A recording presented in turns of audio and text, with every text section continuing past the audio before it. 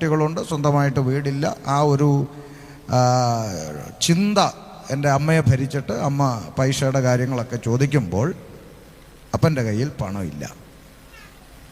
സ്വാഭാവികമായിട്ടും ഉണ്ടാകാവുന്ന പ്രശ്നം വീട്ടിൽ തുടങ്ങി. അതുവരെ വഴക്കും ബഹളമൊന്നും ഇല്ലാതെ കൂട്ടുകാരെ പോലൊക്കെ ജീവിച്ചിരുന്ന ഒരു കുടുംബത്തിൽ വളരെ പെട്ടെന്ന് ടേണിംഗ് പോയിൻ്റായി. അങ്ങോട്ടും ഇങ്ങോട്ടും അപ്പനും അമ്മയും എന്നും അടി, അങ്ങോട്ടും ഇങ്ങോട്ടും വഴക്കടിച്ച് പല രാത്രികളിലും ഞങ്ങൾ കരഞ്ഞുകൊണ്ട് നേരം വെളുപ്പിക്കുന്ന അനുഭവത്തിലൂടെ മക്കൾ പോകേണ്ടതായ സാഹചര്യങ്ങൾ. ഒരു വശത്ത് അമ്മയെ കുറ്റം പറയാൻ പറ്റില്ല, കാരണം ശാരീരിക സ്ഥിതി വളരെ ബുദ്ധിമുട്ടുണ്ടായിട്ട് എൻ്റെ അമ്മ ഈ ഹൗസ് മെയ്ഡായിട്ട് നിന്ന കഥയൊക്കെ സൗദിയിലെ കാര്യങ്ങളൊക്കെ പറയുമ്പം ജീവനുണ്ട് ഗൾഫിലോട്ടൊന്നും പോകരുതെന്ന് പറഞ്ഞ് ചിന്തിച്ച ആളാണ് ഞാൻ. കാര്യം ഈ തുണിയൊക്കെ അലക്കിക്കൊണ്ട് നിൽക്കുമ്പോൾ ഈ അറബി കുഞ്ഞുങ്ങൾ പുറകെ കൂടെ വന്ന് ചവിട്ടുമെന്നാണ് പറയുന്നത്.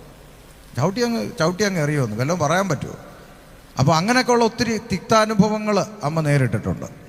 അപ്പോൾ ഇതൊക്കെ പറയുമ്പോൾ ഇതെല്ലാം പറഞ്ഞ് അമ്മ ഇങ്ങനെ കരയും. ഇത്രയും കഷ്ടപ്പെട്ട് അധ്വാനിച്ച് പൈസ ഉണ്ടാക്കി എന്നിട്ട് ഒന്നുമില്ല എന്നൊക്കെ പറഞ്ഞ് പെൺകുഞ്ഞുങ്ങളിരിക്കുന്നു എന്നൊക്കെയുള്ള കാര്യങ്ങൾ പറഞ്ഞ് അങ്ങനെ ഇവർ തമ്മിൽ എന്നും വഴക്കായി. ചുരുക്കത്തിൽ പറഞ്ഞാൽ ഒരു സുപ്രഭാതത്തിൽ എൻ്റെ അപ്പൻ ഒരു പ്രഭാതത്തിൽ അത്യാവശ്യം വേണ്ടുന്ന തുണിയൊക്കെ വാരിക്കെട്ടി ഞങ്ങളെ ഉപേക്ഷിച്ച് അപ്പൻ്റെ കുടുംബത്തിലേക്ക് പോവുകയാണ്. ഇപ്പം ഞാനൊരു യൗവന പ്രായത്തിൽ നിൽക്കുന്നു. അപ്പൻ്റെ കാല് പിടിച്ച് പോകരുതെന്ന് പറഞ്ഞു. പെങ്ങന്മാരെ അമ്മേനെ എൻ്റെ തലയിൽ വെച്ചിട്ട് പോയാൽ ഞാൻ എന്ത് ചെയ്യാനാണെന്നും പറഞ്ഞിട്ട്, നമ്മൾ കൊച്ചു പയ്യനല്ലേ, നമ്മളന്നേരം നില വിളിച്ചു കരഞ്ഞൊക്കെ നോക്കി. അപ്പൻ ചെവിക്കൊണ്ടില്ല, അപ്പനങ്ങ് പോയി. അങ്ങനെ അപ്പൻ്റെ വീട്ടിൽ കുടുംബത്ത് ഞാൻ ചെന്നു. അപ്പൻ്റെ കുടുംബത്തിൽ ഞാൻ ചെന്നപ്പം ഞാൻ അവരോട് പറഞ്ഞു, അപ്പനെ തിരിച്ചു വിടണം, ഇത് എന്തെങ്കിലും പ്രശ്നമുണ്ടെങ്കിൽ പറഞ്ഞു തീർക്കണമെന്നൊക്കെ പറഞ്ഞപ്പോൾ അവരുടനെ അടുത്തൊരു സ്റ്റോറി, ഈ മലയാളിക്ക് ഭയങ്കര സ്റ്റോറി ഉണ്ടാക്കാൻ ഭയങ്കര കഴിവാണല്ലോ. അപ്പോൾ ഉടനെ അവരടുത്ത സ്റ്റോറി പറഞ്ഞു. ഉമ്മ ഗൾഫിൽ നിന്ന് ലക്ഷങ്ങൾ കൊണ്ട് വന്നപ്പോൾ അപ്പനെ അടിച്ച് പുറത്താക്കി എന്നായി തിരിച്ച് കഥ. കൊല്ലം ജില്ലയിൽ ഒരു പാരമ്പര്യ ഇസ്ലാമിക പശ്ചാത്തലത്തിലാണ് ഞാൻ ജനിച്ച് വളർത്തപ്പെട്ടത്. എൻ്റെ ഭവനത്തിൽ എനിക്ക് അപ്പനും അമ്മയും 2 സഹോദരിമാരുമാണ് ഉള്ളത്. അന്ന് ഞങ്ങളുടെ വീട്ടിൽ എൻ്റെ അമ്മയുടെ ചേച്ചി, ഞങ്ങൾ ഈ ഇസ്ലാമിക ഭാഷയിൽ വല്യുമ്മ എന്ന് വിളിക്കും, നിങ്ങൾ വല്യമ്മച്ചി എന്ന് പറയുന്ന പോലെ. ഇത്രയും പേരടങ്ങുന്നതാണ് കുടുംബം. വളരെ സന്തോഷത്തോടെ ചെറിയ പ്രായത്തിൽ തൊപ്പിയൊക്കെ ഇട്ട് മദ്രസയിൽ മതപഠനം പഠിക്കുവാനായിട്ടൊക്കെ കടന്നുപോയ ബാല്യകാലം. നമസ്കാരവും നോമ്പും ഇസ്ലാമിക ചിട്ടകളുമൊക്കെ അനുസരിച്ച് ചെറിയ പ്രായത്തിൽ പരിച്ഛേദനയേറ്റ് അങ്ങനെ വളരെ കൃത്യമായ ആ നിലയിലുള്ള ചിട്ടകൾ അനുസരിച്ച് വളർന്നു വന്ന ബാല്യകാലം. അപ്പോൾ അങ്ങനെ ഞങ്ങൾ 3 മക്കളും, എനിക്ക് 2 പെങ്ങന്മാരാണെന്ന് ഞാൻ പറഞ്ഞു. ഒരാളുടെ പേര് സോഫിയ, മറ്റൊരാളുടെ പേര് ജാസ്മിൻ എന്നാണ്. ഒരു പക്ഷേ എൻ്റെ സഹോദരിയെ നിങ്ങൾ ചിലപ്പോൾ അറിയും. അവൾ പരസ്യയോഗത്തിലൊക്കെ പ്രസംഗിക്കുന്ന ജാസ്മിൻ ഇസ്മായിൽ എന്നാണ് അവളുടെ പേര്. യൂട്യൂബിൽ പരസ്യയോഗത്തിന് അവൾ പ്രസംഗിക്കുന്ന വീഡിയോകളൊക്കെ സജീവമായിട്ട് ഉണ്ട്. എൻ്റെ പെങ്ങളെ വിവാഹം കഴിച്ചിരിക്കുന്ന അളിയൻ IPC എന്ന പ്രസ്ഥാനത്തോട് ചേർന്ന് കർത്താവിൻ്റെ വേല ചെയ്യുന്ന ഒരു പാസ്റ്ററാണ്. അപ്പോൾ അവർ കുടുംബമായി കർത്താവിൻ്റെ വേലയിലാണ്.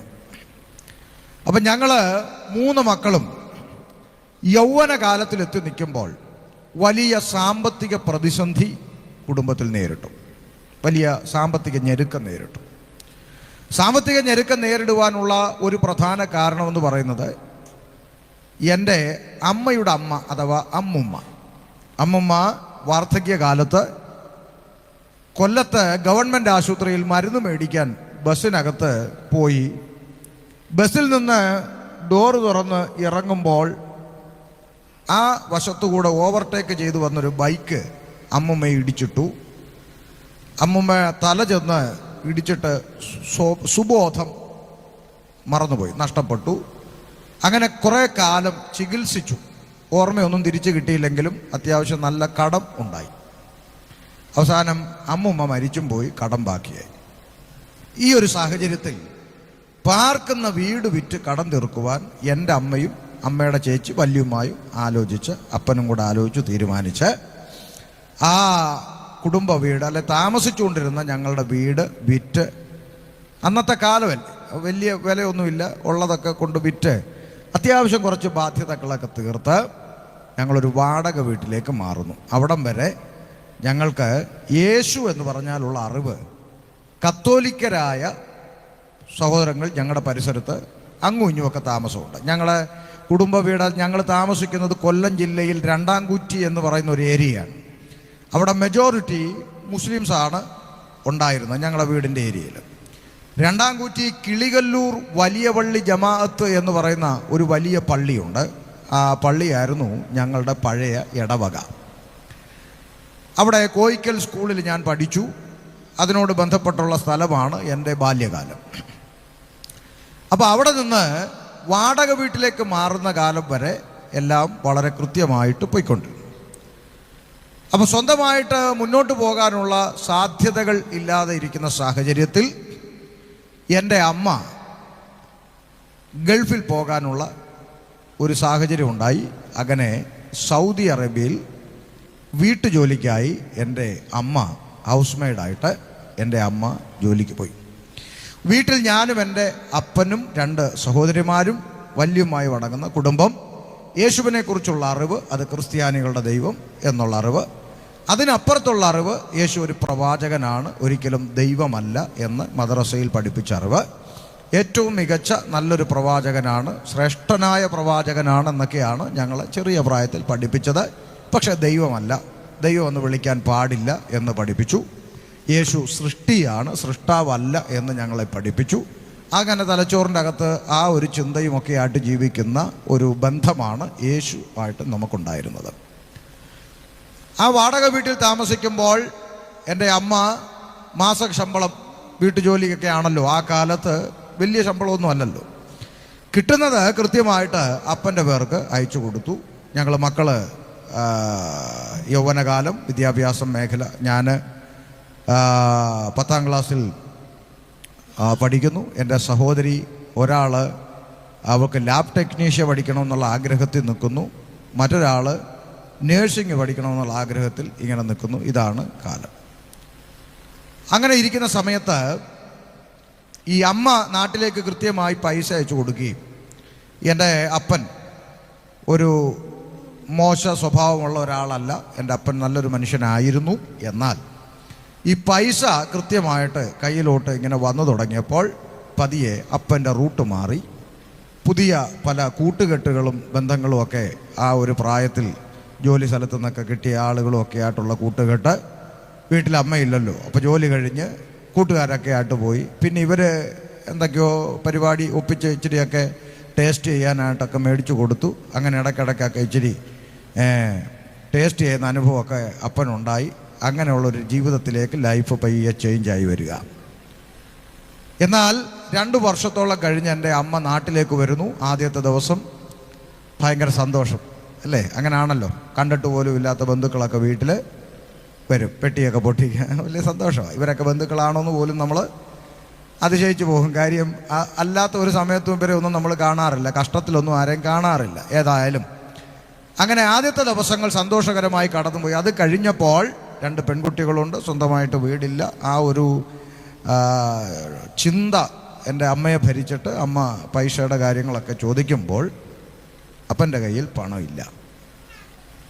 സ്വാഭാവികമായിട്ടും ഉണ്ടാകാവുന്ന പ്രശ്നം വീട്ടിൽ തുടങ്ങി. അതുവരെ വഴക്കും ബഹളമൊന്നും ഇല്ലാതെ കൂട്ടുകാരെ പോലൊക്കെ ജീവിച്ചിരുന്ന ഒരു കുടുംബത്തിൽ വളരെ പെട്ടെന്ന് ടേണിംഗ് പോയിൻ്റായി. അങ്ങോട്ടും ഇങ്ങോട്ടും അപ്പനും അമ്മയും എന്നും അടി, അങ്ങോട്ടും ഇങ്ങോട്ടും വഴക്കടിച്ച് പല രാത്രികളിലും ഞങ്ങൾ കരഞ്ഞുകൊണ്ട് നേരം വെളുപ്പിക്കുന്ന അനുഭവത്തിലൂടെ മക്കൾ പോകേണ്ടതായ സാഹചര്യമുണ്ട്. ഒരു വശത്ത് അമ്മയെ കുറ്റം പറയാൻ പറ്റില്ല, കാരണം ശാരീരിക സ്ഥിതി വളരെ ബുദ്ധിമുട്ടുണ്ടായിട്ട് എൻ്റെ അമ്മ ഈ ഹൗസ് മെയ്ഡായിട്ട് നിന്ന കഥയൊക്കെ, സൗദിയിലെ കാര്യങ്ങളൊക്കെ പറയുമ്പം ജീവനുണ്ട് ഗൾഫിലോട്ടൊന്നും പോകരുതെന്ന് പറഞ്ഞ് ചിന്തിച്ച ആളാണ് ഞാൻ. കാര്യം ഈ തുണിയൊക്കെ അലക്കിക്കൊണ്ട് നിൽക്കുമ്പോൾ ഈ അറബി കുഞ്ഞുങ്ങൾ പുറകെ കൂടെ വന്ന് ചവിട്ടുമെന്നാണ് പറയുന്നത്.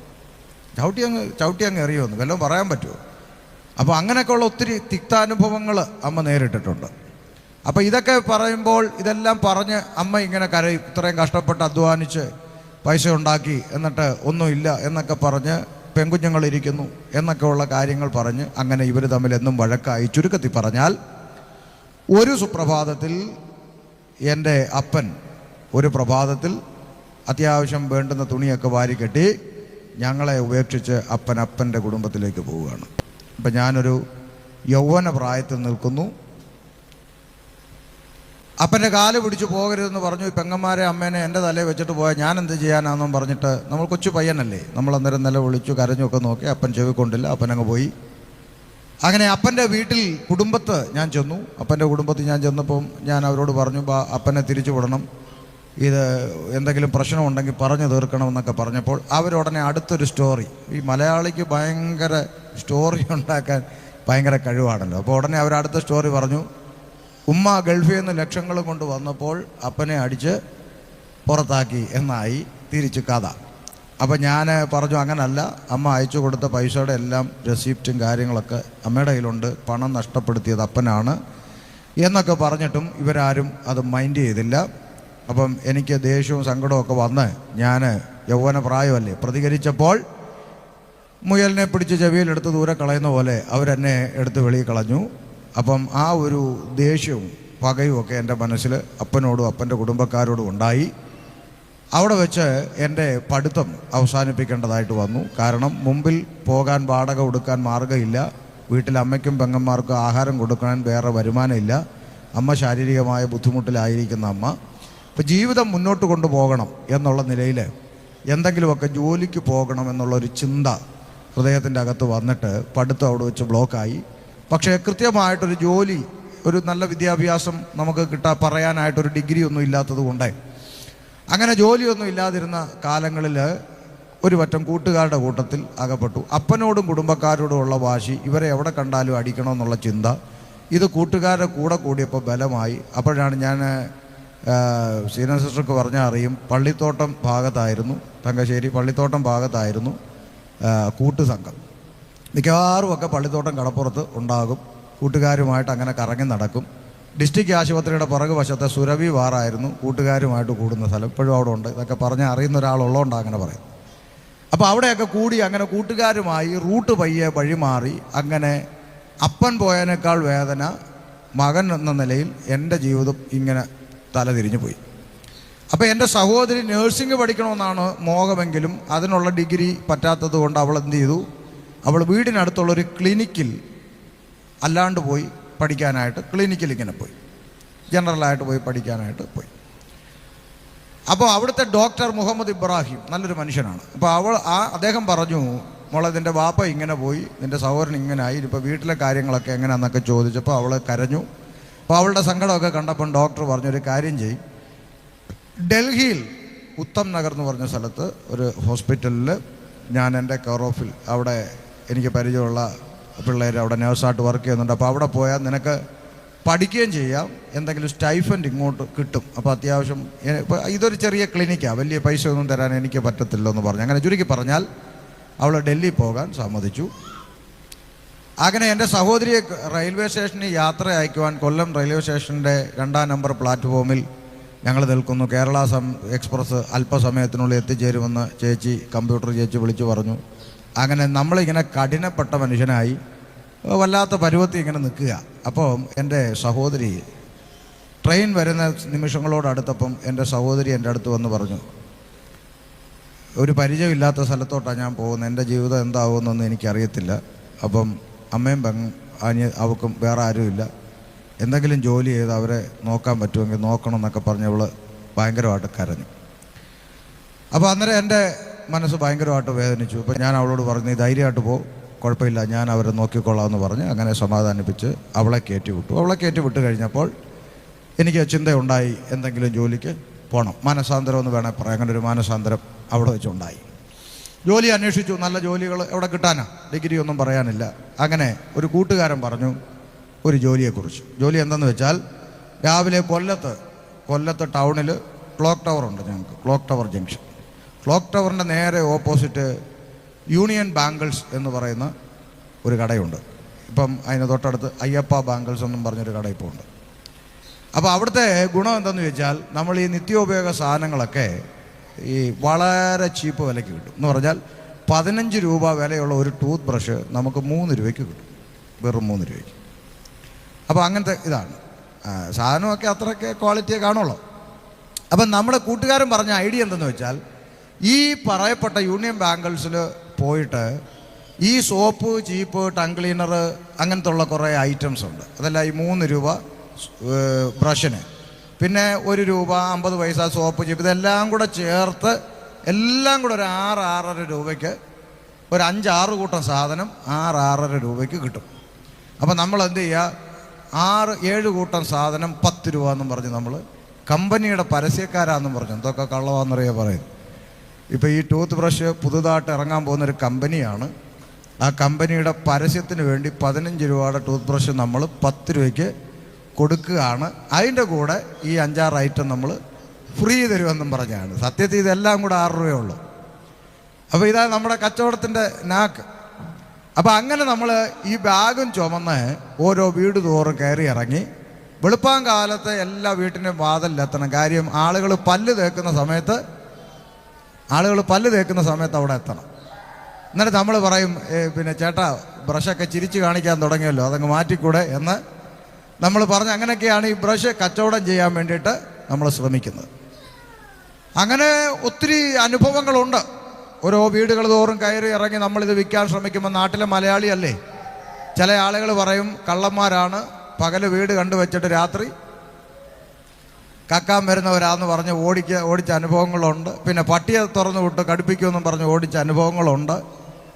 അങ്ങനെ കൊല്ലം ജില്ലയിലെ പല ഭാഗങ്ങളിൽ നമ്മൾ ഇങ്ങനെ വീട് തോറും കയറി ഇറങ്ങി തോളിൽ ബാഗും തൂക്കി രാവിലെ തൊട്ട് അലഞ്ഞ് നടന്ന് ചില ദിവസങ്ങളിൽ എല്ലാം ഉച്ചയാകുമ്പോഴത്തേക്ക് വിറ്റ് തീരും. ചില ദിവസം ഒന്നും വിൽക്കാത്ത അനുഭവങ്ങളുണ്ടാകും. ഇങ്ങനെയൊക്കെ ഉള്ള ഒരു ജീവിതത്തിലേക്ക് പയ്യെ ഒന്ന് കുടുംബം ഒരു പ്രതീക്ഷയോടെ ഒന്ന് പച്ച പിടിച്ച് മുന്നോട്ട് പോകാനുള്ളൊരു ശ്രമത്തിലേക്ക് ജോലി ആരംഭിച്ചു ആ പ്രായത്തിൽ. അങ്ങനെ ഞാൻ ഓർക്കുന്നത്, പാലക്കാട് ഞങ്ങൾ കൊല്ലത്ത് നിന്ന് ഒരു ചാക്ക് നിറയെ സാധനം എടുത്ത് ട്രെയിനെ കയറ്റി പാലക്കാട് ചെന്നിറങ്ങിയിട്ട് പാലക്കാടുള്ള ഗ്രാമങ്ങളൊക്കെ ഇത് വിൽക്കാൻ വേണ്ടി പോകാമെന്ന് പറഞ്ഞ് ഹോട്ടലിൽ റൂം എടുത്ത് സാധനം സ്റ്റോക്ക് ചെയ്ത് വെച്ച് ഞങ്ങൾ ഇറങ്ങും.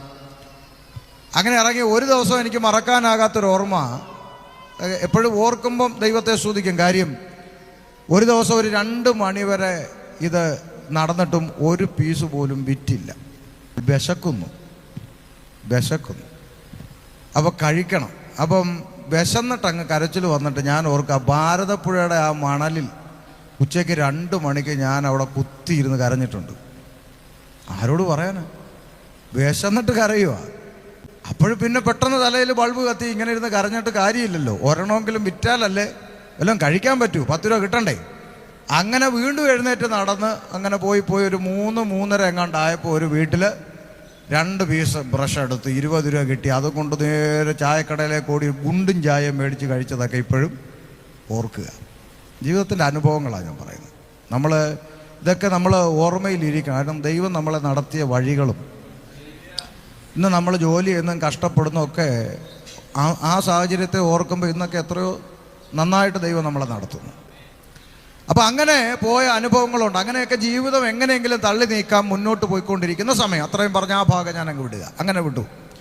അങ്ങനെ വിടുമ്പോൾ മറുഭാഗത്ത് സോഫി ഹോസ്പിറ്റൽ ജോലിക്ക് ജോയിൻ ചെയ്തു. അവളും അവിടെ ഒരുവിധം ജോലിയൊക്കെ പഠിച്ചു വരുന്നു. അപ്പോൾ അതെല്ലാം ഇങ്ങനെ ഒരു പ്രതീക്ഷയിലേക്ക് ഇങ്ങനെ കാലെടുത്ത് വെക്കുന്നു.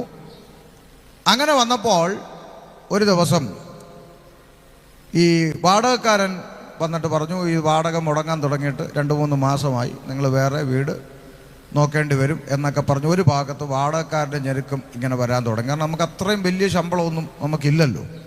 അപ്പോൾ അതൊരു ഭാഗത്ത് ഇങ്ങനെ വരികയും മറുഭാഗത്ത് എൻ്റെ സഹോദരി ജോലി ചെയ്യുന്ന ഡൽഹിയിലെ ഹോസ്പിറ്റലിൽ നിന്നൊരു കോളും കൂടെ വരിക. അയലത്ത് അന്ന് മൊബൈലൊന്നുമില്ല, അപ്പുറത്തെ വീട്ടിലാണ് ഫോൺ വരുന്നത്. അവിടെ ചെന്ന് ഫോൺ എടുക്കുമ്പോൾ അവൾ ചോദിച്ചു, അമ്മയോ വല്ല അടുത്തുണ്ടോ? ഞാൻ പറഞ്ഞു ആരുമില്ലെന്ന് പറഞ്ഞു. എന്നാ അടിയെന്ന് ചോദിച്ചു. അപ്പോൾ അവൾ പറഞ്ഞു, ഞാനിവിടുത്തെ ഹോസ്പിറ്റലിൽ അഡ്മിറ്റ് ചെയ്ത് കിടക്കുകയെന്ന് പറഞ്ഞു.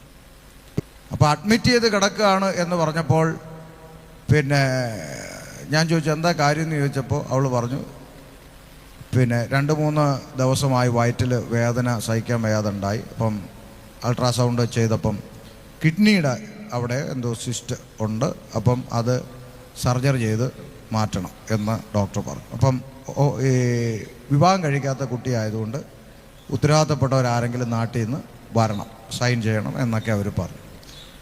മാത്രമല്ല 20,000 രൂപ ഏകദേശം പൈസ ഇവിടെ ആദ്യം അടയ്ക്കണം. അന്ന് 2001 സമയമാണ്. അങ്ങനെ 2001 കഴിഞ്ഞു. 2002 ഞാൻ വിശ്വാസത്തിലേക്ക് വരുന്നു. 2001 പകുതി ആ ഒരു കാലഘട്ടം. അപ്പോൾ അന്ന് 20,000 രൂപ എന്ന് പറയുമ്പോൾ ഇന്ന് നമ്മൾ ഒരു ലക്ഷം എന്നൊക്കെ പറയുന്നൊരു വാല്യൂ ഉള്ള സമയമാണ്. അപ്പം ഇത് വേണം. അപ്പോൾ എന്താ ഒരു വഴിയില്ല. അപ്പോൾ അവൾ പറഞ്ഞു കുഴപ്പമില്ല, ഇവിടെ വരാനൊന്നും പറ്റത്തില്ലെന്ന് എനിക്കറിയാം, പൈസയും ഇല്ലല്ലോ, പിന്നെ എന്തെങ്കിലും സംഭവിച്ചാൽ ഒരാളെങ്കിലും അറിഞ്ഞിരിക്കണമല്ലോ എന്നോർത്ത് ഞാനങ്ങ് വിളിച്ചാന്നും പറഞ്ഞ് അവൾ പിന്നെ കരച്ചിലായി ഫോൺ വെച്ചു. വീട്ടിലേക്ക് വന്ന് വീട്ടിൽ ഒന്നും പറയാനും വയ്യ. ഇത് നമ്മുടെ മനസ്സിലിങ്ങനെ ഇരിക്കുക. വീട്ടിൽ വന്ന് ആകെപ്പാട് വട്ടുപിടിച്ചതുപോലെ നമ്മളിങ്ങനെ നിൽക്കുക. അപ്പോഴൊക്കെ ഹൃദയത്തിനകത്തൊരു ചോദ്യമുണ്ട്, നമ്മൾ വാസ്തവത്തിൽ എന്ത് തെറ്റ് ചെയ്തു? നമ്മളെപ്പോഴും ചോദിക്കുന്നു. അപ്പോൾ ഈ ദൈവം എന്ന് പറയുന്ന ഒന്നും ഇല്ല എന്നൊരു ചിന്ത മനസ്സിലേക്ക് നമ്മൾ വരിക. ദൈവമുണ്ടെങ്കിൽ ദൈവത്തിന് ഞങ്ങളോട് ഇത്ര ദേഷ്യം തോന്നാൻ ഞങ്ങൾ എന്ത് ദോഷമാണ് ചെയ്തേ? ഒന്നും ചെയ്തിട്ടില്ലല്ലോ ആർക്കും. അപ്പം ഇതിനിടയിൽ കൂട്ടുകാർ പറഞ്ഞിട്ട് ഒരാഴ്ച ഡിവൈനിൽ ധ്യാനം കൂടാൻ പോയിട്ടുണ്ട്. ഒരാഴ്ച കൂട്ടുകാരുടെ കൂടെ ഡിവൈനിൽ ധ്യാനം കൂടാൻ പോയിട്ടുണ്ട്. 4 പ്രാവശ്യം കൂട്ടുകാരുടെ കൂടെ ശബരിമലയ്ക്കും പോയിട്ടുണ്ട്, പമ്പ വരെ 4 പ്രാവശ്യം. എന്ന് വെച്ചാൽ നമ്മൾ ഒന്നിനെയും റിജക്റ്റ് ചെയ്യുന്നില്ല, ഒരു പ്രതിപക്ഷ ബഹുമാനം. കൂട്ടുകാരുടെ കൂടെ പോകുന്നത് ടൂറ് പോകുന്ന സന്തോഷത്തിലാണ്. അപ്പോൾ ഈ ഡിവൈനിൽ പോയ അനുഭവം, അവിടെ നിന്ന് യേശുവിനെ കുറിച്ചുള്ള സാക്ഷ്യങ്ങളും ഇതെല്ലാം നമ്മൾ കണ്ടതെല്ലാം നമ്മുടെ മൈൻഡിലുണ്ട്. അപ്പോൾ ഇതെല്ലാം കൂടെ തലയ്ക്കകത്ത് കയറിയിട്ട് ചിന്തിച്ചത് ഇതൊക്കെ ചുമ്മാ വെറുതെ ആളുകൾ പറയുന്നതാണ്, ഇത് ദൈവമൊന്നും ഇല്ല എന്ന് പറയുന്ന ഒരു ചിന്ത തലയ്ക്കകത്ത് കയറി ഇങ്ങനെ ഇരുന്നു. അവസാനം നിവർത്തിയില്ല, എന്നെക്കൊണ്ട് കൂട്ടിയാൽ ഈ പൈസ കൂടില്ല, ഞാൻ എന്ത് ചെയ്യാൻ പറ്റും? അപ്പം നിവർത്തിയില്ലാതെ വീട്ടിൽ പറയേണ്ടതായിട്ട് വന്നു. കൂട്ടക്കരച്ചിലായി. അവൾ അവിടെ മരിക്കുമെങ്കിൽ നമുക്കിവിടെ മരിക്കാം എന്ന് പറഞ്ഞ് പിന്നെ ആത്മഹത്യ ചെയ്യാനുള്ള പദ്ധതികളിലേക്കൊക്കെ കാര്യങ്ങൾ നീങ്ങി. അപ്പോൾ പിന്നെ ഞാൻ പറഞ്ഞു കുഴപ്പമില്ല, ഞാൻ പോകാം, ഓപ്പറേഷൻ നടത്താം, അവൾക്കൊന്നും സംഭവിക്കത്തില്ല എന്നൊക്കെ പറഞ്ഞ് ഞാനിവരെ സമാധാനിപ്പിച്ച്. അപ്പോൾ പിന്നെ ഉമ്മായും അനിയത്തിയും ഒക്കെ എന്ത് കാതിലും കഴുത്തിലും കിടന്ന എല്ലാം അന്നേ ഒരുക്കിയതാണ്. ദൈവത്തിനറിയാം ഇനി ഇതും പിടിച്ചുകൊണ്ട് നിൽക്കുമെന്ന്. അതുകൊണ്ട് തമ്പുരാൻ അതങ്ങ് എന്ത് ചെയ്തു, ഫസ്റ്റിലെ അങ്ങ് ഊരിച്ചു. അതെല്ലാം ഊരി മേക്കപ്പെട്ടാന്നാണ് ഞാനിപ്പോൾ പറയുന്നത്. ദൈവം അന്നേ മേക്കപ്പെട്ടതാണ്. അപ്പോൾ അതെല്ലാം ഊരി വിറ്റ് പറക്കി ആകെ കൂടെ കിട്ടിയത് കഷ്ടി 15,000 രൂപയ്ക്കകത്തേ ഉള്ളൂ. അന്നത്തെ കാലമല്ലേ, ചെറിയ പൊട്ട് കമ്മലൊക്കെ ഉള്ളായിരുന്നു. അങ്ങനെ 15,000 രൂപ കയ്യിൽ പൈസയുമാക്കി വെച്ച് അന്ന് കേരള എക്സ്പ്രസ്സിൽ 350 രൂപയ്ക്ക് ലോക്കൽ കമ്പാർട്ട്മെൻറ്റിലെ ടിക്കറ്റ് എടുത്ത് ഞാൻ ഡൽഹിക്ക് യാത്ര ചെയ്യാം. അപ്പം ആ യാത്രയിൽ എൻ്റെ മനസ്സിൽ ടോട്ടലി ഈ ദൈവവും ദൈവിക കാര്യങ്ങളൊക്കെ ചത്തു. ചുമ്മാ ഇതൊക്കെ മനുഷ്യൻ ജീവിക്കാൻ വേണ്ടി പറയുന്ന വയറ്റിപ്പഴപ്പിന് പറയുന്ന കാര്യങ്ങളാണ്, ഒരു കുന്തവും ഇല്ല എന്ന് പറഞ്ഞിട്ട് മനസ്സ് കഠിനപ്പെട്ട് ഒത്തിരി ചോദ്യങ്ങളാണ്. ആ രാത്രി 2 രാത്രി ട്രെയിനിൻ്റെ അകത്ത് 3-ാമത്തെ ദിവസം ഡൽഹിയിൽ ചെന്നിറങ്ങി അവിടെ കാത്തു നിന്ന സഹോദരനുമായിട്ട് ആശുപത്രി കിടക്കയിലോട്ട് ചെല്ലുമ്പോൾ ട്രിപ്പിട്ട് അഡ്മിറ്റ് ചെയ്ത് കിടത്തിയിരിക്കുന്ന സഹോദരിയെ കണ്ടു. അവിടെ അടുത്തിരുന്ന് കരയാൻ തുടങ്ങി. അങ്ങനെ കരഞ്ഞ് നിലവിളിച്ചൊക്കെ ഇരിക്കുന്ന സമയത്ത് ആണ് എന്ത് ചെയ്യുന്നത്, നമ്മുടെ ഉപദേശിമാർക്ക് ഒരു ശീലമുണ്ടല്ലോ, ട്രാക്റ്റും കൊണ്ട് ആശുപത്രി തോറും നടക്കുന്ന പരിപാടി. നമ്മുടെ നാട്ടുകാർ പറയും ഇവന്മാർക്ക് വേറെ ജോലിയൊന്നും ഇല്ല എന്ന് പറയുന്ന പോലെ കുറച്ച് ഉപദേശിമാർ ഇങ്ങനെ ആശുപത്രി സന്ദർശിക്കാൻ വരിക. ആശുപത്രിയിൽ സന്ദർശിക്കാൻ വന്നു. അപ്പോൾ അവർ പലരുടെയൊക്കെ അടുക്ക ഓരോരുത്തരിങ്ങനെ പോകുന്നുണ്ട്, ഇരിക്കുന്നുണ്ട്, പ്രാർത്ഥിക്കുന്നുണ്ട്. അപ്പോൾ എൻ്റെ സഹോദരൻ്റെ അടുക്ക വന്നു. ഒരാൾ എൻ്റെ അടുത്ത് ഹിന്ദിയിൽ എന്തോ ചോദിച്ചു. നമ്മൾ ഹിന്ദി ടീച്ചർ ഫ്രണ്ട് വാതിലോട് വരുമ്പോൾ ഞാൻ പനമ്പ് പൊളിച്ച് ഓടിയ ആളാണ്. എനിക്ക് ഹിന്ദി അത്രയും ഇഷ്ടമില്ലാത്ത ഒരാളാണ്, സ്കൂളിൽ പഠിക്കും. അപ്പോൾ ഇദ്ദേഹം വന്ന് ഹിന്ദിയിൽ എന്തൊക്കെ ചോദിച്ചു. ഞാൻ പറഞ്ഞു I don't know Hindi, I am Malayali coming from Kerala. അറിയാവുന്ന സ്റ്റോക്ക് അവിടെ. പിന്നെ ഈ പുള്ളി എന്ത് ചെയ്യുക, ഹിന്ദിയിൽ എന്തൊക്കെയോ ചോദിച്ചപ്പം ഞാൻ പിന്നെ നമ്മുടെ നാട്ടിലെ ലോട്ടറി കച്ചവടക്കാരനെ മനസ്സിൽ ധ്യാനിച്ച് കേരള കേരള കേരള എന്ന് പറഞ്ഞുകൊണ്ട് ഞാനങ്ങനെ നിൽക്കുക. അപ്പോൾ ഈ പുള്ളി അങ്ങോട്ട് പോയച്ച് കൂട്ടത്തിൽ വന്ന മറ്റൊരാളെ ഇങ്ങോട്ട് വിട്ടു. അദ്ദേഹം കൂത്താട്ടുകുളക്കാരനാണ്. അദ്ദേഹം വന്നിട്ട് പറഞ്ഞു മോനെ വിഷമിക്കേണ്ട, മലയാളിയാണ്, നമുക്ക് പ്രാർത്ഥിക്കാം. അപ്പം ഇവളുടെ കൂടെ വർക്ക് ചെയ്യുന്ന നഴ്സുമാരിൽ പലരും ഇദ്ദേഹത്തിൻ്റെ സഭയിൽ അവിടെ പ്രാർത്ഥനയ്ക്ക് പോകുന്നുണ്ട്. അപ്പോൾ ആ നിലയിൽ കാര്യങ്ങൾ സുവിശേഷമൊക്കെ പറഞ്ഞു. എന്നിട്ട് പറഞ്ഞു കർത്താവിൽ യേശുക്രിസ്തുവിൽ വിശ്വസിക്കുക, ദൈവം നിങ്ങൾക്ക് വേണ്ടി അത്ഭുതം ചെയ്യും. അപ്പോൾ ഞാൻ പറഞ്ഞു എനിക്ക് യേശുവിന് വിശ്വാസമാണ്, ഞാൻ ഡിവൈനിൽ പോയിട്ടുണ്ട്, പിന്നെ എൻ്റെ വീട്ടിൽ യേശുവിൻ്റെ പടമൊക്കെ ഉണ്ട്, ബൈബിൾ ഒരെണ്ണം ഇരിപ്പുണ്ട്, ഇതെല്ലാം പറഞ്ഞു. അതൊക്കെ അവിടെ ഇരിക്കട്ടെ. അപ്പോൾ പുള്ളി നമുക്ക് കർത്താവിനോട് പ്രാർത്ഥിക്കാം, യേശുവിനോട് മാത്രം പ്രാർത്ഥിക്കുക. നീ ഇതുവരെ എല്ലാത്തിലും ആശ്രയിച്ചല്ലോ, യേശുവിനോട് മാത്രം പ്രാർത്ഥിക്കുക, കർത്താവ് വിടുവിക്കും. ഞങ്ങളൊരു വാക്ക് പ്രാർത്ഥിച്ചോട്ടെ, ശരി പ്രാർത്ഥിച്ചോട്ടെ. അങ്ങനെ പ്രാർത്ഥിച്ചു. വിശ്വസിച്ചാൽ ദൈവത്തിൻ്റെ മഹത്വം കാണും എന്ന് പറഞ്ഞു. സഹോദരിയുടെ ശരീരത്തിൽ മെഡിക്കൽ സയൻസിൻ്റെ കത്തി വെക്കാൻ ദൈവം അനുവദിക്കത്തില്ല, പ്രാർത്ഥിക്കാം. പോയി. അവിടെ വെച്ച് എൻ്റെ തലയിൽ ഇതൊന്നും കയറിയിട്ടില്ല. എന്നാൽ 2 ദിവസം കഴിഞ്ഞപ്പോൾ ഈ ദൈവദാസനും ഭാര്യയും ചർച്ചിലെ സഹോദരിമാരെയൊക്കെ കൂട്ടിക്കൊണ്ട് ആശുപത്രിയിൽ, നമ്മളൊരു ആശുപത്രിയിൽ നിൽക്കുമ്പം എന്താ ഏതാണെന്നറിയാതെ നിൽക്കുമ്പം നമ്മുടെ കൂടെ വന്ന് എല്ലാ കാര്യങ്ങളും ചെയ്യാൻ. അപ്പം നമ്മുടെ മനസ്സിൽ ഓടി വരുന്നൊരു ചിന്ത, നമ്മുടെ രക്തബന്ധങ്ങൾക്ക് പോലും താല്പര്യമില്ലാത്ത ഒരു കാര്യത്തിൽ, ഒരു ബന്ധമില്ലാത്ത ഇവരെന്തിനാണ് നമുക്ക് വേണ്ടി കരയാനും, ഞാൻ 10 രൂപ പോലും കൊടുത്തിട്ടില്ല, ഇവർ പിന്നെ എന്തിനാണ് ഇങ്ങനെ വന്നിരുന്ന് പ്രാർത്ഥിക്കാൻ? അതൊക്കെ എൻ്റെ തലച്ചോറിൻ്റെ അകത്ത് ചിന്ത വന്നു. ഏതായാലും ഓപ്പറേഷൻ്റെ സമയം വന്നു. സഹോദരിയെ ട്രോളിയെ കിടത്തി പ്രാർത്ഥിച്ച് അകത്തോട്ട് കൊണ്ടുപോയി. 40-45 മിനിറ്റ് കഴിഞ്ഞപ്പോൾ അതേപോലെ അവളെ തിരിച്ച് നടത്തിക്കൊണ്ട് പുറത്തോട്ട് വരുന്നത് കാണുക. അങ്ങോട്ട് ഉരുട്ടിക്കൊണ്ടുപോയി ഇങ്ങോട്ട് നടത്തിക്കൊണ്ട് ചോദിച്ചപ്പോൾ പറഞ്ഞു, അവർ അനസ്തേഷ്യ കൊടുക്കാൻ അൾട്രാസൗണ്ടിൽ സ്കാനിങ്ങിലൊക്കെ നോക്കിയപ്പം അങ്ങനെ ഓപ്പറേഷൻ ചെയ്യേണ്ട സാഹചര്യത്തിലൊന്നും അവിടെ ഒന്നുമില്ല. സ്തോത്രം. അപ്പോൾ അവർ പറഞ്ഞു കുഴപ്പമില്ല, അത് ഇപ്പോൾ ഓപ്പറേഷൻ വേണ്ട, മെഡിസിൻ കഴിച്ചാൽ മതി എന്ന് പറഞ്ഞ് അവളെ തിരിച്ചു കൊണ്ടുവന്നിട്ട് 3-ാമത്തെ ദിവസം അവൾ തിരികെ ഡ്യൂട്ടിക്ക് ജോയിൻ ചെയ്തു. ഇന്ന് വരെയും അവൾ ജീവനോടും ആരോഗ്യത്തോടും ഇരിക്കുന്നു, ഒരു ദോഷവും വന്നിട്ടില്ല. ഞാനതാ എപ്പോഴും പ്രസംഗിക്ക് പറയുന്നത്, ദൈവം സൗഖ്യമാക്കിയാൽ അത് സാക്ഷാൽ സൗഖ്യമാണ്. കർത്താവ് വേദപുസ്തകത്തിൽ സൗഖ്യമാക്കിയവരാരും കഴിഞ്ഞ ദിവസം അത് ഏറ്റില്ല, ഒന്നുകൂടെ എന്ന് പറഞ്ഞ് വന്ന ചരിത്രം കണ്ടിട്ടില്ല. അതുപോലെ തന്നെ കർത്താവ് വേദപുസ്തകത്തിൽ ആരെയും ഇൻസ്റ്റാൾമെൻ്റ് ആയിട്ട് സൗഖ്യമാക്കിയിട്ടും ഇല്ല. ഇന്ന് നമ്മുടെ സൗഖ്യദായകന്മാരൊക്കെ സ്റ്റേജിൽ പറയുന്നത്, ബ്രദർ വിശ്വസിച്ചോ, ഗ്രാജുവലി അങ്ങനത്തെ ഇൻസ്റ്റാൾമെൻറ്റ് പരിപാടിയൊന്നും കർത്താവിന് ഇല്ല. ഗ്രാജുവലി സൗഖ്യമാക്കുന്ന പരിപാടിയൊന്നുമില്ല. വിശ്വസിച്ചാൽ ദൈവത്തിൻ്റെ മഹത്വം വെളിപ്പെടും. അതുകൊണ്ടാണ് നമ്മൾ പറയുന്നത്, കർത്താവ് സൗഖ്യമാക്കിയാൽ അത് സാക്ഷാൽ സൗഖ്യമാണ്. കർത്താവിന് സൗഖ്യമാക്കാൻ കഴിയും. ദൈവിക സൗഖ്യത്തെയോ ദൈവിക കൃപാവരത്തെയോ നമുക്കൊരിക്കലും എതിർക്കാൻ പറ്റില്ല, വിമർശിക്കാൻ പറ്റില്ല. പക്ഷെ നമ്മളെപ്പോഴും വിമർശിക്കുന്നത് ഇതിൻ്റെ പേരിൽ കച്ചവടം നടത്തുന്ന കച്ചവട സംഘത്തിൻ്റെ കെണിയിൽ നമ്മൾ പെടരുത് എന്നാണ് നമ്മൾ പഠിപ്പിക്കുന്ന ദൈവവചനം കൊണ്ട് നമ്മൾ ഉദ്ദേശിക്കുന്ന, അത്രയേ ഉള്ളൂ. അപ്പോൾ ദൈവം സൗഖ്യമാക്കി. ആ സൗഖ്യത്തോടെ അവൾ ആ സഭയിൽ ആരാധനയ്ക്ക് പോകാൻ തീരുമാനിച്ചു. അവൾ അവിടെ സ്നാനപ്പെടാനും തീരുമാനിച്ചു. അവൾ അവിടെ സ്നാനപ്പെടുകയും ചെയ്തു. എനിക്ക് എൻ്റെ ഓർമ്മ ശരിയാണെങ്കിൽ നമ്മുടെ ഡോക്ടർ തോമസ് മാമൻ്റെ മകൻ എബി മാമൻ പാസ്റ്ററാണ് എൻ്റെ സഹോദരിയെ സ്നാനം കഴിപ്പിച്ചത്. അപ്പോൾ ആ നിലയിൽ അവൾ അവിടെ, അത് കഴിഞ്ഞ് അവൾ ഡ്യൂട്ടിക്ക് കയറി. അവൾ പിന്നെ ചർച്ചിൽ പോകണമെന്നുള്ള തീരുമാനം അവളെടുത്തു. ഞാൻ അവിടെ നിന്ന് ഒരു ബൈബിളും കൈക്കലാക്കി തിരികെ ട്രെയിൻ കയറുമ്പോൾ അങ്ങോട്ട് ഒത്തിരി ചോദ്യമായിട്ട് ട്രെയിനിൽ പോയി ഞാൻ തിരിച്ചു വരുമ്പോൾ കണ്ണി കണ്ടവരോടെല്ലാം യേശു എൻ്റെ സഹോദരിയെ സൗഖ്യമാക്കിയെന്ന് സുവിശേഷം പറയാനുള്ള ആരംഭം അവിടെ തുടങ്ങിയതാണ്. കണ്ണി കണ്ടവരോടെല്ലാം പറഞ്ഞ് നാട്ടിൽ വന്നു. വീട്ടിൽ കയറി ഉമ്മായോട് പറഞ്ഞു, യേശു അവളെ വിടുവിച്ചു, സൗഖ്യമാക്കി. യേശു എന്നും പറഞ്ഞ് ആകെപ്പാടെ ബഹളമായി. ആവശ്യമില്ലാത്ത വാതയൊക്കെ വീട്ടിൽ വിളിച്ച് കയറ്റാൻ എൻ്റെ റബ്ബേ എന്നൊക്കെ പറഞ്ഞ് തള്ള ആകെ കിടന്ന് ബഹളം തുടങ്ങി. അവസാനം ബൈബിളൊക്കെ എടുത്ത് എറിഞ്ഞ് തള്ള ആകെ പ്രശ്നമുണ്ടാക്കി. പക്ഷേ ഇപ്പോൾ എവിടെ പ്രാർത്ഥനയുണ്ടെന്ന് തപ്പി നടക്കുക. പ്രൈസല്ലോ. കൃപയാൽ അമ്മയും വിശ്വാസ ജീവിതത്തിലേക്ക് കടന്നു വന്നു. അങ്ങനെ ആ കാലത്ത് അങ്ങനെ ഒത്തിരി പ്രശ്നമുണ്ടായി, അങ്ങനെ ബഹളമുണ്ടായി. അപ്പോൾ എൻ്റെ സഹോദരിയോട് പറഞ്ഞപ്പോൾ അവൾക്ക് താല്പര്യം, അവൾക്ക് ഭയങ്കര താല്പര്യം, യേശുവിനോട് ഭയങ്കര ഇഷ്ടമൊക്കെ. അങ്ങനെ ഞങ്ങൾ അമ്മയും വല്യമ്മയും കാണാതൊക്കെ രഹസ്യമായിട്ടൊക്കെ ഇരുന്ന് കർത്താവിനോട് പ്രാർത്ഥിക്കുകയും അങ്ങനെയൊക്കെ ചെയ്യുന്ന സമയം അങ്ങനെയൊക്കെ ഉണ്ടായി.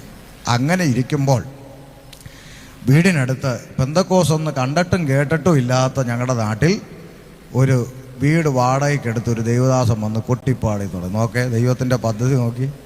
കൊട്ടിപ്പാടി പല വീടുകളിൽ കയറി ഇങ്ങനെ ഞങ്ങളിങ്ങനെ ഞായറാഴ്ച തൊട്ടൊരു ഇങ്ങനെ ഒരു പ്രാർത്ഥന ആരംഭിക്കുക, നിങ്ങൾ വരണം എന്നൊക്കെ പറഞ്ഞ് ക്ഷണിച്ച് ഞങ്ങളുടെ വീട്ടിലും വന്നു.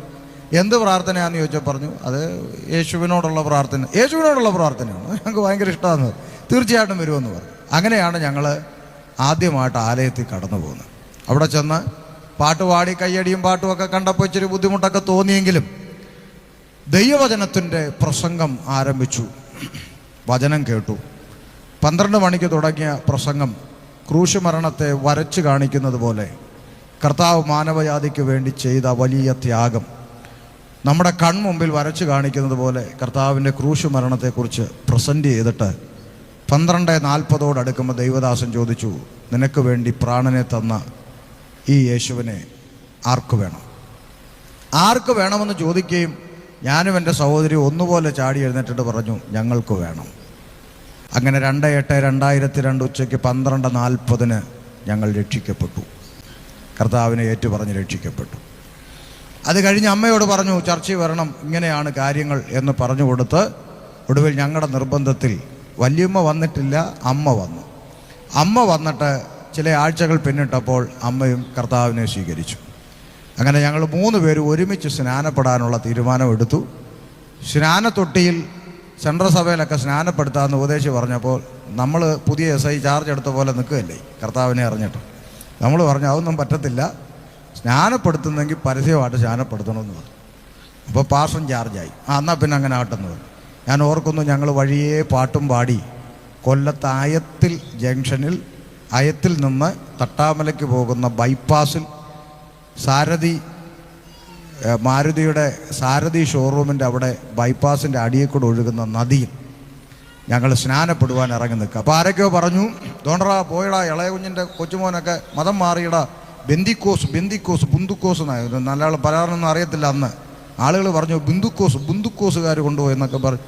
അങ്ങനെ പറഞ്ഞൊക്കെ അവിടുന്ന് ഇവിടുന്ന് ഒക്കെ ആരൊക്കെയോ കൂടി ഞങ്ങൾ സ്നാനപ്പെടാൻ വെള്ളത്തിൽ ഇറങ്ങി നിൽക്കുമ്പോൾ മുകളിൽ പാലത്തിൻ്റെ മുകളിൽ നിന്നുകൊണ്ട് മോനെ മോനെ എന്നൊക്കെ വിളിക്കുന്നുണ്ട്. മുമ്പും പിറകും വേറെ ചേർത്താ വിളിച്ച്. മുങ്ങിപ്പൊങ്ങിയാൽ വെട്ടുപടാന്നൊക്കെ പറയുന്നത് കേട്ടു. ഏതായാലും ഞങ്ങൾ താഴെ വെള്ളത്തിൽ നിന്നുകൊണ്ട് പറഞ്ഞു, മുങ്ങുന്നതിന് മുമ്പ് വെട്ടല്ല, നരകത്തിൽ പോകും, മുങ്ങിയിട്ട് വെട്ടിക്കോ, സ്വർഗത്തിൽ പോകുമെന്ന് പറഞ്ഞു. അങ്ങനെ ഒരു വെല്ലുവിളിയുടെയൊക്കെ നടുവിൽ കൃപയാൽ ഞാനും ഉമ്മയും അനിയത്തി സ്നാനമേറ്റ് കയറി. ആരും ഒന്നും ചെയ്തില്ല. കൃപയാൽ സ്നാനപ്പെട്ട് ഞങ്ങൾ ഭവനത്തിലേക്ക് പോയി. പിന്നീട് ആരാധനയ്ക്ക് പോകാൻ തുടങ്ങിയപ്പോൾ ആളുകൾക്ക് ബുദ്ധിമുട്ടുണ്ടായി. കാരണം എൻ്റെ ഉമ്മ കമ്മലും മാലയൊന്നും ഇടാതെ പോകുന്ന ചിത്രമൊക്കെ വലിയ പ്രശ്നങ്ങളുണ്ടാക്കി. അങ്ങനെ ബന്ധുക്കളുടെ ഇടയിൽ നിന്നും അതുവരെ ചത്തോ ജീവിച്ചിരിപ്പുണ്ടോ എന്ന് പോലും അന്വേഷിക്കാത്ത ബന്ധുക്കളെല്ലാം മതം മാറിയോ എന്ന് ചോദിക്കാനായിട്ട് രംഗത്ത് വരുന്നു. ആകെ വിഷയമാകുന്നു. അവിടെ നിന്ന് ഞങ്ങൾ പലായനം ചെയ്യേണ്ടുന്ന സാഹചര്യങ്ങളുണ്ടാകുന്നു. പല നാടുകളിൽ പറക്കി കെട്ടി നടന്ന് അതിനിടയിൽ എൻ്റെ സഹോദരി ബൈബിൾ കോളേജിൽ പഠിക്കണമെന്നുള്ള താല്പര്യം പ്രകടിപ്പിച്ച് കുമ്പനാട് ചർച്ച് ഓഫ് ഗോഡിൻ്റെ ലേഡീസ് ബദേൽ ബൈബിൾ കോളേജിൽ നിത്യതയിൽ വിശ്രമിക്കുന്ന കർത്താവിൻ്റെ ദാസൻ KC ജോൺ ചർച്ച് ഓഫ് ഗോഡിലെ IPCയിലെ അല്ല, ചർച്ച് ഓഫ് ഗോഡിലെ KC ജോൺ പാസ്റ്റർ ഭാര്യ ഗിഫ്റ്റി ആൻറ്റി അവളെ പഠിപ്പിച്ചു. വേണ്ടുന്ന ബുക്സും കാര്യങ്ങളൊക്കെ മേടിച്ചു കൊടുത്ത് അങ്ങനെ അവൾ BTH പഠിച്ചു. അതിനുശേഷം അവൾ MDiv പഠിച്ചുകൊണ്ടിരുന്നപ്പോഴാണ് കർത്താവിൻ്റെ ദാസൻ അവളെ വിവാഹം കഴിച്ചത്. അവർ കുടുംബമായി ഇന്ന് കർത്താവിൻ്റെ മഹത്വമുള്ള വയലിൽ അധ്വാനിക്കുന്നു. എൻ്റെ സോഫി എന്ന് പറഞ്ഞ സഹോദരി അവളിപ്പോൾ ബാംഗ്ലൂരിൽ ആയിരിക്കുന്നു, സന്തോഷത്തോടെ ഇരിക്കുന്നു. ഞാനും എൻ്റെ കുടുംബവും കർത്താവിനെ സേവിച്ചുകൊണ്ട് കർത്താവിൻ്റെ വേലയിലായിരിക്കുന്നു. ഉമ്മ വിശ്വാസ ജീവിതത്തിലായിരിക്കുന്നു. ഒരു കാര്യം കൂടെ പറയാം. പിന്നെ ഞങ്ങൾ ഒരു മുറിയിൽ ഞങ്ങൾ പ്രാർത്ഥിക്കുമ്പോൾ വെളുപ്പാങ്കാലത്ത് 4:30-5 മണിക്ക് എഴുന്നേറ്റ് വല്യമ്മ ഖുറാൻ പാരായണം തുടങ്ങും അപ്പുറത്ത്. അങ്ങനെ അടിച്ചടിച്ചിരുന്നിട്ട് അവസാനം വന്നിട്ട് ഒരു ദിവസം എന്നോട് ചോദിച്ചു, എടാ എന്നെ സ്നാനപ്പെടുത്തിക്കൂടെ എന്ന് ചോദിച്ചു.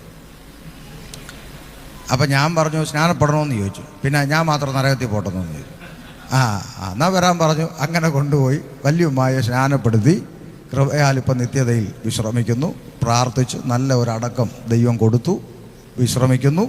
അങ്ങനെ ഞങ്ങൾ കുടുംബമായിട്ട് കർത്താവിൻ്റെ വയലിൽ അധ്വാനിക്കുന്നു. അപ്പം ഈ ഒരു വിശ്വാസത്തിലേക്ക് വന്നു കഴിഞ്ഞപ്പോഴാണ് വാസ്തവത്തിൽ ചോദ്യങ്ങളുടെ ശരങ്ങൾ ആരംഭിച്ചത്. ഞാൻ പറഞ്ഞല്ലോ, ഞാൻ ബൈബിൾ കോളേജിലൊന്നും പഠിച്ചിട്ടില്ല, അതിനുള്ള അവസരം കിട്ടിയിട്ടില്ല. പക്ഷേ ബൈബിള് പഠിക്കാനിടയായ സാഹചര്യങ്ങൾ ഈ മുസ്ലിം സഹോദരങ്ങളോട് നന്ദി പറയണം. കാര്യം ഇവർ കുടുക്ക് ചോദ്യങ്ങളും കൊണ്ട് എൻ്റെ പുറകെ വന്നു. ഇവർ തിരിച്ചു കൊണ്ടുപോകാൻ ശ്രമം നടത്തി, സംവാദങ്ങൾ സംഘടിപ്പിച്ചു, നമുക്ക് കൺഫ്യൂഷൻ ഉണ്ടാക്കുന്ന ചോദ്യങ്ങൾ ഇട്ട് തന്നു. ഞാൻ കഴിഞ്ഞ ദിവസങ്ങളിൽ പറഞ്ഞല്ലോ, അങ്ങനെ ഇവന്മാർ ചോദ്യം ചോദിച്ചതുകൊണ്ട് ഞാൻ ബൈബിള് പഠിച്ചു കൃപയാൽ. അങ്ങനെ ഈ ചോദ്യങ്ങൾക്കൊക്കെ ഉത്തരം കണ്ടെത്താൻ വേണ്ടിയാണ് പുസ്തകവുമായിട്ട് ദൈവസന്നിധിയിൽ ഇരിക്കാൻ തുടങ്ങിയത്. അങ്ങനെ ഇരുന്നു. പിന്നീട് തിരുവനന്തപുരത്ത് ഭീമാപ്പള്ളിയിൽ പോയി. എന്തിനാന്ന് വെച്ചാൽ ഒരു അംഗീകരിക്കപ്പെട്ട മലയാളം ഖുറാൻ്റെ പരിഭാഷ മേടിച്ചുകൊണ്ട് വന്നു. നാളെ ആരെങ്കിലും ചോദിച്ചാൽ അബദ്ധം പറ്റിപ്പോയെന്ന് പറയാതിരിക്കാൻ ഇത് രണ്ടും കൂടെ വെച്ച് കമ്പയർ ചെയ്ത് പഠിക്കാൻ തുടങ്ങി. ഇന്ന് രാത്രി അഭിമാനത്തോടെ പറയാം, പഠിക്കും തോറും വേദപുസ്തകം ചേർത്ത് പിടിക്കാൻ അഭിമാനമാണ് തോന്നിയത്. അത്ര മഹത്വകരമായി. അതിന് പലരും എന്നോട് ചോദിക്കാറുണ്ട്, ഖുർആനിൽ നിന്ന് എന്ത് പ്രത്യേകതയാണോ താൻ ബൈബിളിൽ കണ്ടെന്നൊക്കെ ചോദിക്കുമ്പോൾ ഒത്തിരി പ്രത്യേകതകൾ എനിക്ക് പറയാൻ സാധിക്കും. എന്നാൽ ഞാൻ ആകെ കൂടെ പ്രധാനമായിട്ട് ആദ്യം പറയുന്ന ഒരു പോയിന്റ് ഇങ്ങനെയാണ്: ഈ വേദപുസ്തകം തുടക്കം മുതൽ ഒടുക്കം വരെ വായിച്ചു, ഒരൊറ്റ പേപ്പറിൻ്റെ അകത്ത് പോലും മതം പഠിപ്പിക്കുന്നില്ല എന്നുള്ളതാണ് ഈ പുസ്തകത്തിൻ്റെ പ്രത്യേകത. മതമില്ല. മറിച്ച് ഞാൻ പഠിച്ചിരുന്ന ഖുർആൻ കുഞ്ഞു പ്രായം തൊട്ട് എന്തുവാ പഠിപ്പിക്കുന്നത്? മതത്തിന് വേണ്ടി നിൽക്കണം, മതത്തിന് വേണ്ടി എന്തും ഏതുമായി തീരണം. പ്രസവിച്ച അമ്മയായാലും ജനിപ്പിച്ച അപ്പനായാലും അത് മതം കഴിഞ്ഞിട്ടേ ഉള്ളൂ. ജനിപ്പിച്ച അമ്മയായാലും ശരി അപ്പനായാലും ശരി മതത്തിനെതിരെ നിന്നാൽ നമുക്ക് ഇമ്പോർട്ടൻ്റ് എന്താണ്? മതമാണ്. അങ്ങനെ മതത്തിനു വേണ്ടി ആ തീവ്രമായ ആശയങ്ങൾ രക്തത്തിൽ കുത്തിക്കയറ്റി പഠിച്ചു വളർന്നൊരു പശ്ചാത്തലത്തിൽ നിന്ന് വേദപുസ്തകം വായിക്കാൻ തുടങ്ങിയപ്പോൾ ഈ പുസ്തകത്തിൻ്റെ അകത്ത് ഒരിക്കലും മതമെന്ന് പറയുന്ന ഒരു സംഗതി പഠന വിഷയമല്ല. മതത്തെക്കുറിച്ച് പഠിപ്പിക്കുന്നില്ല, മറിച്ച് മനുഷ്യരും ദൈവവും തമ്മിലുള്ള ബന്ധത്തെയാണ് ഈ പുസ്തകം ലോകത്തോട് എന്നും സംസാരിച്ചു കൊണ്ടിരിക്കുന്നത്. സൃഷ്ടാവും സൃഷ്ടിയായ മനുഷ്യരും തമ്മിലുള്ള ബന്ധം, ആ ബന്ധത്തെക്കുറിച്ചാണ് ഈ പുസ്തകം എല്ലാ കാലവും ലോകത്തോട് സംസാരിച്ചു കൊണ്ടിരിക്കുന്നത്. അങ്ങനെ ഇത് പഠിക്കും തോറും വേദപുസ്തകം ചേർത്ത് പഠിക്കുവാനിടയായി.